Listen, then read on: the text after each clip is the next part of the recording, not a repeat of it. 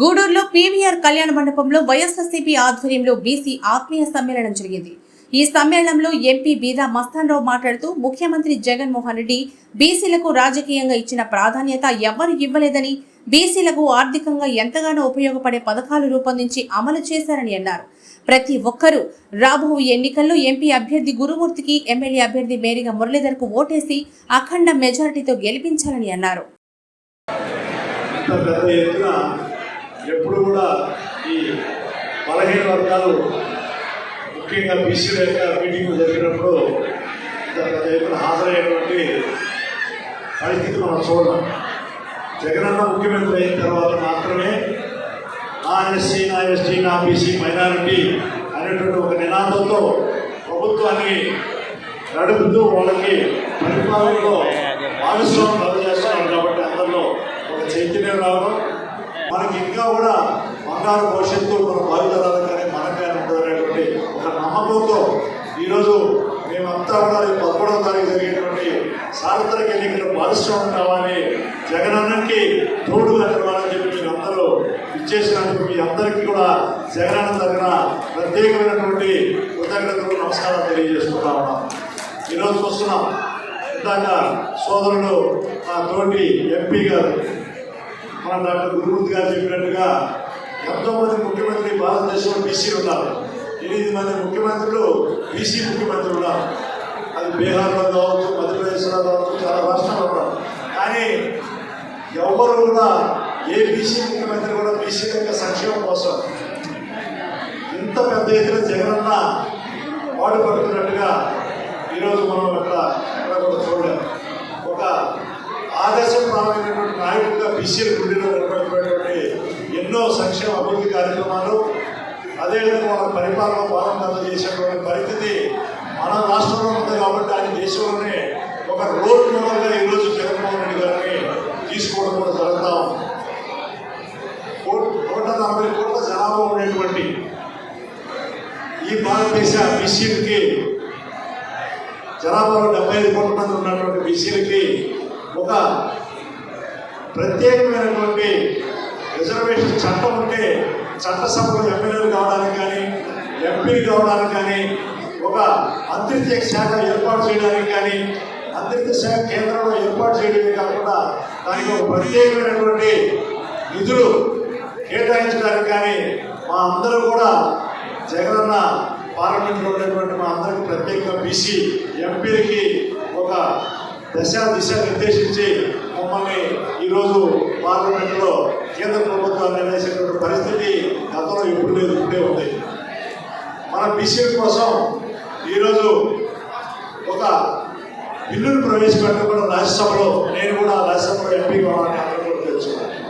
మన నెల్లూరు పార్లమెంట్ అభ్యర్థిగా ఉన్నటువంటి విజయసాయి రెడ్డి గారు, ఆయన ఆధ్వర్యంలో జగనన్న యొక్క ఆదేశాల మేరకు బీసీలకి చట్టసభలో రిజర్వేషన్ కావాలి. కేవలం స్థానిక సంస్థలోనే కాదు, అప్పుడే వాళ్ళ గళం వినిపించి ఈ బీసీలకి 75 కోట్ల మంది జనాభా ఉండేటువంటి ఈ బీసీలకు న్యాయం జరగదని చెప్పి ఏ రాష్ట్ర ప్రభుత్వం కానీ ఎవరు కూడా ప్రవేశపెట్టినటువంటి పరిస్థితుల్లో జగనన్న ప్రవేశపెట్టించారు.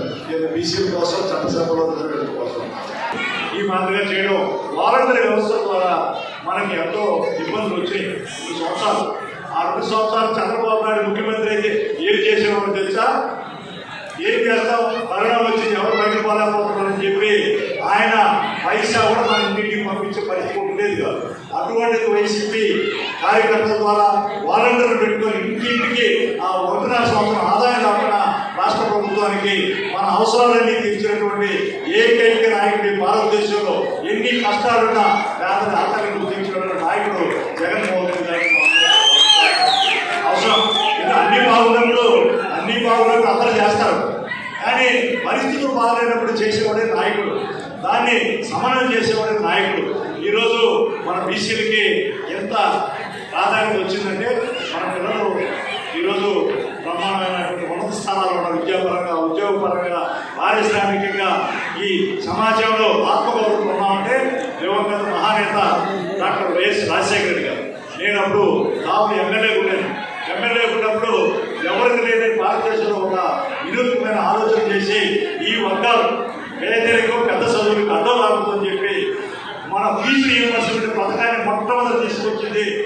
డాక్టర్ వైఎస్ రాజశేఖర రెడ్డి గారు అయితే ఆయన తనయుడుగా జగన్మోహన్ రెడ్డి గారు ఒక అడుగు ముందుకేసి నాడు నేడు విద్యా వ్యవస్థ ద్వారా ఇంగ్లీష్ మీడియం కానీ సిబిఎస్ఈ సిలబస్ కానీ విదేశీ విద్య కానీ బడి అమ్మఒడి కానీ ఎన్నో రకాలైనటువంటి ఈ ఎన్ని కూడా తీసుకొచ్చి డైరెక్ట్గా మన వర్గాల వారికి అభివృద్ధి కావడానికి బాగుపడాలైన భవిష్యత్తు తీర్చిదిద్దడానికి అమ్మఒడిలో డబ్బులు వేసేటువంటి పరిస్థితి ఈ రోజైతే చంద్రబాబు నాయుడు గారు 2014లో ఆయన ఎలక్షన్ మేనిఫెస్టో ఒకటి ఇచ్చాడు.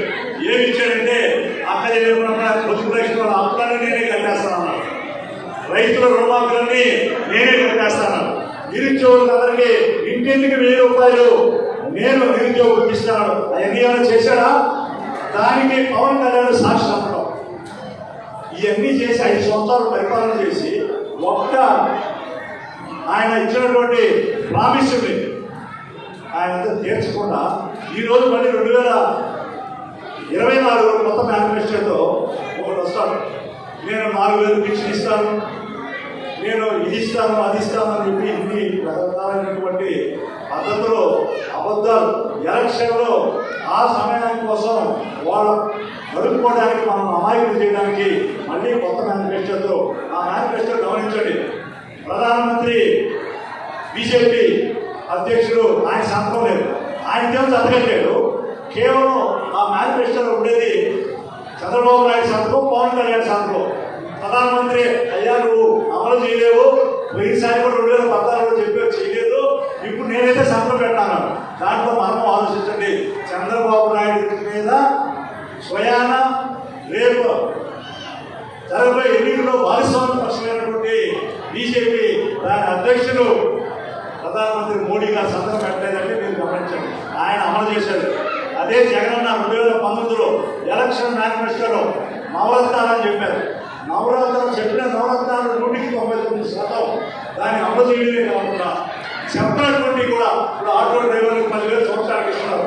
ఎవరు కూడా చేయనటువంటి పరిస్థితుల్లో ఈరోజు జగనన్న ఎన్నో కార్యక్రమాలు అమలు చేసుకున్న పరిస్థితిని మనం ఇక్కడ గమనించాలని తెలియజేసుకుంటూ ఈరోజు జగనన్న మనకు ముఖ్యమంత్రి కావాల్సిన అవసరం మన వర్గాల వారి యొక్క అభివృద్ధి కోసం మన అవసరం కాబట్టి తెలియజేసుకుంటూ రేపు 11వ తారీఖు జరిగేటువంటి ఎన్నికల్లో మంచివాడు మితభాషి మన గూడూరు నియోజకవర్గ అభివృద్ధికి పాటుపడేటువంటి వ్యక్తి అయినటువంటి మురళీ గారి ఎమ్మెల్యేగా గురుమూర్తి గారు అత్యధిక మెజార్టీతో ఈరోజు ఎంపీగా పోరాడారు. వీళ్ళందరూ మనం గెలిపించి 5 సంవత్సరాలు నిరంతరాయంగా మన ఈ బలహీన వర్గానికి పెద్ద పేరు వేసిన జగనానికి కానుకలు ఇవ్వాల్సినటువంటి బాధ్యత